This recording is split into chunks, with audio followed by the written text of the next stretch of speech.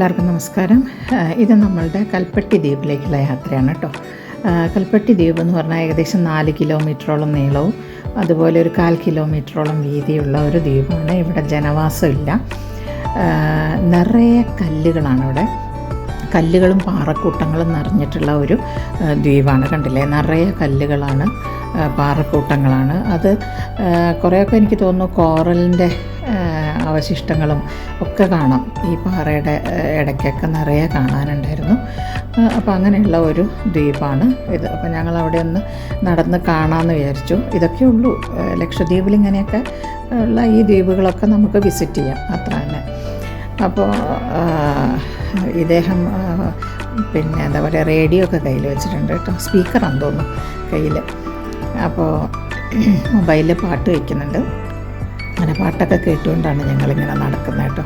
കണ്ടില്ലേ, നിറയെ പാറക്കൂട്ടങ്ങളാണ്, ചെറിയ ചെറിയ പാറ കഷ്ണങ്ങളുണ്ട്. അപ്പോൾ 2 സ്ഥലത്ത് നമ്മൾ ഇറങ്ങി.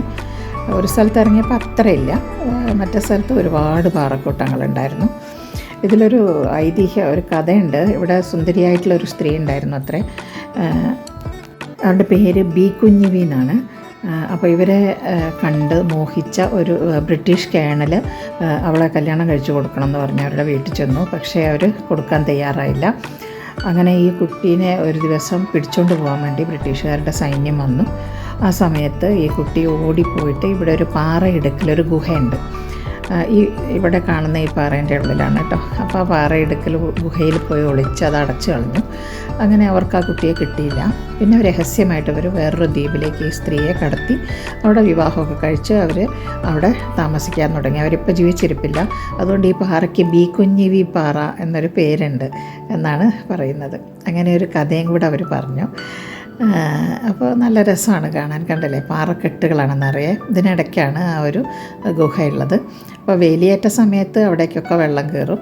വേലിയിറക്ക സമയത്ത് നന്നായിട്ട് നമുക്ക് ആ ഗുഹ കാണാൻ പറ്റും. ഞങ്ങൾ ഏകദേശം വൈകുന്നേരമാണ് പോയത്, അതുകൊണ്ട് നമുക്ക് അത്ര അങ്ങോട്ട് വിസിബിളായിരുന്നില്ല. കണ്ടു, ജസ്റ്റ് ഒന്ന് കണ്ടിരുന്നു ആ പാറ, അത്രയുള്ളൂ. അതിൻ്റെ വീഡിയോ മിസ്സായിപ്പോയി. അപ്പോൾ എന്തായാലും കണ്ടു നോക്കൂ. അപ്പോൾ ഇങ്ങനെ നമ്മൾ ഈ പാറയെടുക്ക കൂടി കുറേ സമയം നമ്മളിങ്ങനെ നടന്ന് ആ ഒരു എന്താ പറയുക, നല്ല ഭംഗിയാണ് കാണാൻ. അവിടെയുള്ള ചില പ്രത്യേക തരം ചെടികൾ കണ്ടില്ലേ, ഇങ്ങനെയുള്ള ചില ചെടികളൊക്കെ ഉണ്ട് അവിടെ. അത്രയേ ഉള്ളൂ. കോറൽ സാൻഡാണ് മുഴുവൻ. ഈ ദ്വീപ് എന്ന് പറയുന്നത് തന്നെ ഉണ്ടാക്കിയത് ഞാൻ പറഞ്ഞല്ലോ, നേരത്തെ ഒരു വീഡിയോയിൽ ഞാനത് പറഞ്ഞിട്ടുണ്ട്. എന്താ പറയുക, പാരറ്റ് ഫിഷിൻ്റെ സംഭാവനയെന്നൊക്കെ ഞാൻ പറഞ്ഞിരുന്നു. അങ്ങനെയാണ്. അപ്പോൾ ഞങ്ങൾ തിരിച്ചു പോകാൻ നോക്കുകയാണ്. അപ്പോൾ തിരിച്ച് നമ്മൾ ബോട്ട് നിർത്തിയിട്ടുണ്ട്. മറ്റേ സൈഡിലാണ് ബോട്ട് നിർത്തിയിട്ടുള്ളത്. അപ്പോൾ ഈ കര ക്രോസ് ചെയ്തിട്ട് നമ്മൾ അപ്പുറത്ത് പോകണം, എന്നാലേ നമുക്ക് ബോട്ടിൽ കയറാൻ പറ്റുള്ളൂ. അപ്പോൾ അതിന് വേണ്ടി മറ്റേ സൈഡിലേക്ക് നടന്ന് പോവുകയാണ്. അപ്പോൾ കുറച്ച് സമയം, നമ്മൾ ഏകദേശം ഒരു മണിക്കൂറിൻ്റെ അടുത്ത് നമ്മൾ അതിലൂടെയൊക്കെ ഇങ്ങനെ നടന്നു. നല്ല ഭംഗിയുള്ള കാഴ്ചകളാണ് കേട്ടോ. ഈ പാറയെടുക്ക് കൂടി തിരകളൊക്കെ വന്നടിക്കുന്നതൊക്കെ കാണാൻ നല്ല ഭംഗിയാണ്. അപ്പോൾ നമ്മളിവിടെ ബോട്ടിൽ കയറാൻ വേണ്ടി വന്നതാണ്. അപ്പോൾ ഇനി എൻ്റെ ചാനൽ സബ്സ്ക്രൈബ് ചെയ്തില്ലെങ്കിൽ ഒന്ന് സബ്സ്ക്രൈബ് ചെയ്യുക, ലൈക്ക് ചെയ്യുക, ഷെയർ ചെയ്യുക, കമൻറ്റ് ചെയ്യുക.